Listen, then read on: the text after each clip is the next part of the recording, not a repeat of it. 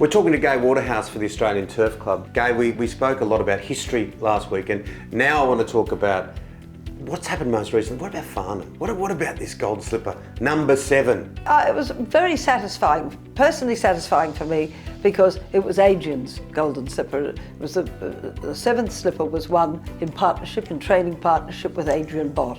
And I so wanted him to be able to have that success at 2-year-old level and at Group 1 level with the 2-year-olds. And we were lucky enough to be given Farnham, and we took him from a country maiden to winning the most prestigious 2-year-old race in the world, which of course is the Golden Slipper. It's Farnham in front, 150 out. Away Game is in for the fight the inside. It's Farnham a half in front to Away Game, and Farnham another one for Gai Waterhouse. Farnham leads all the way from Away Game and Mama Reagan. It was extraordinary to watch. Look, there's so many horses we can talk about, but I just want to pick out a few. Pierro? Now, Pierro was a horse that I bought at the Magic Millions. And I'd seen him in Melbourne at David Cobritz's farm, and he was a pinhooked horse. So David had enough brains to buy him as a pinhook from Darley, and then offer him in the draft. And you know, price dictates everything. And all my Golden Slipper horses have been in a certain sort of price range. And he just was a very masculine, very beautiful colt. And I know when I saw him, I thought, no, there's something about you. There's something very sexy about you. And he never let us down.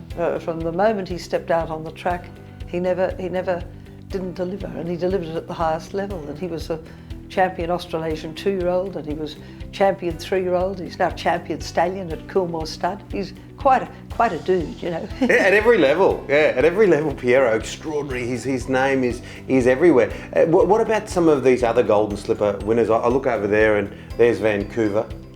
Vancouver was unusual because he was tall, leggy, a bit like Sebring, you know, not fully furnished at the Magic Millions in January of that year.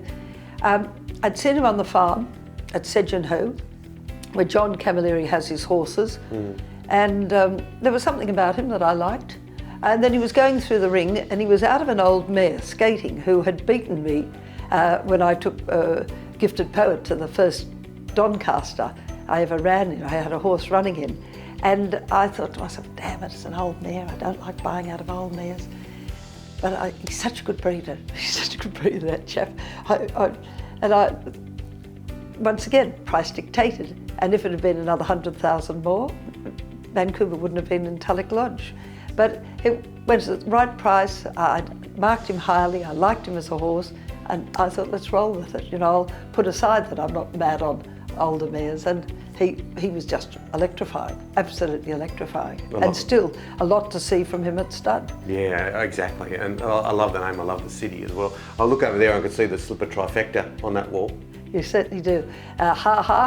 John Singleton and a couple of his mates raced her in partnership, and she was that Golden Slipper. She was a top price Root's choice of that year, and she was 400,000, and the second horse was 50,000, Accelerator, who was champion sprinter in Australia. And then the third horse was Red Hannigan, which was given to me to train from Guri Stud from Mr. Kowenko. And I had 5 horses going into the slipper that year, and they literally ran first, second, third, and I think a fifth and a sixth. It was fantastic, and it was very satisfying. It was lovely for John to be able to win that slipper. He got a real kick out of it. I got a kick out of it. And then when everyone that tracked it, he shouted the bar, didn't he? He did. And then someone sitting next to me said to me, "Oh my gosh, you've trifected it." I was only more. I said, "Oh, I can't believe it." But look, that's the excitement of racing, and that's what is so wonderful for people involved with our stable and the sport. Just recently, we get the filly Shout the Bar, you know, that she was. No one ever could dream when they bought her, but she would take out and win the finery and be such an amazing filly. And Shout the Bar at a time where you can't go to a bar. No! It's how good has it been that we've been able to continue to race? It's offered something to everyone in the industry. It's kept people in jobs. And we've seen really good quality racing. I know it's been it's been disappointing we haven't had the crowds, but fantastic to keep racing. I think it's essential, and that you keep so many people employed, and it's been a wonderful thing that Peter V'landys has been able to get us to stay functioning and working when every other sport has closed down. And really, we were the only country in the world racing for so many months there. And look, it's a big industry, and it employs an enormous number of people. What was it like? I know that you came on the back of a famous father, but you mentioned before you were a woman in a man's world. Sometimes did you have to yell a little louder, or politely, or just let people know that your voice should be heard? Well, my voice was heard, but when I had success.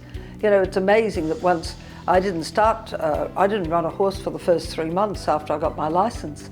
And one of the stewards said to me, "What's the matter with you, a funny bird? You've made all this hoo-ha getting the licence, and yet you haven't raced any of your horses." I said, "I'll tell you why. I'm not going to start them till I know I can make you guys sit up and pay attention." And of course, the first 5 horses that I started all won. They started from Gifted Poet, who was my first winner at Hawkesbury, to on the Sunday meetings, which had just started, right through to the Gosford Gold Cup winner, Moods. And I was just determined that it would be, my words would be what they saw on the track. It's hard to do, but if you think about something and you've been well educated, like I had the perfect grounding with TJ. He was, as I said earlier, he was a perfectionist, and he expected me to be the same. He expected that when I sent my horses to the races, they would win. And same with choosing yearlings. I said to him, what do I look for, Dad? When I was a younger person, I said, "What do I look for?" He said, "You look to buy the champion, Gai." I said, "How do I know what the champion looks like? They're all horses." He said, "Well, that's what you've got to I'll teach you." He said, "You've got to look for that essence in the horse, that essence that the others don't have." He was a wonderful teacher.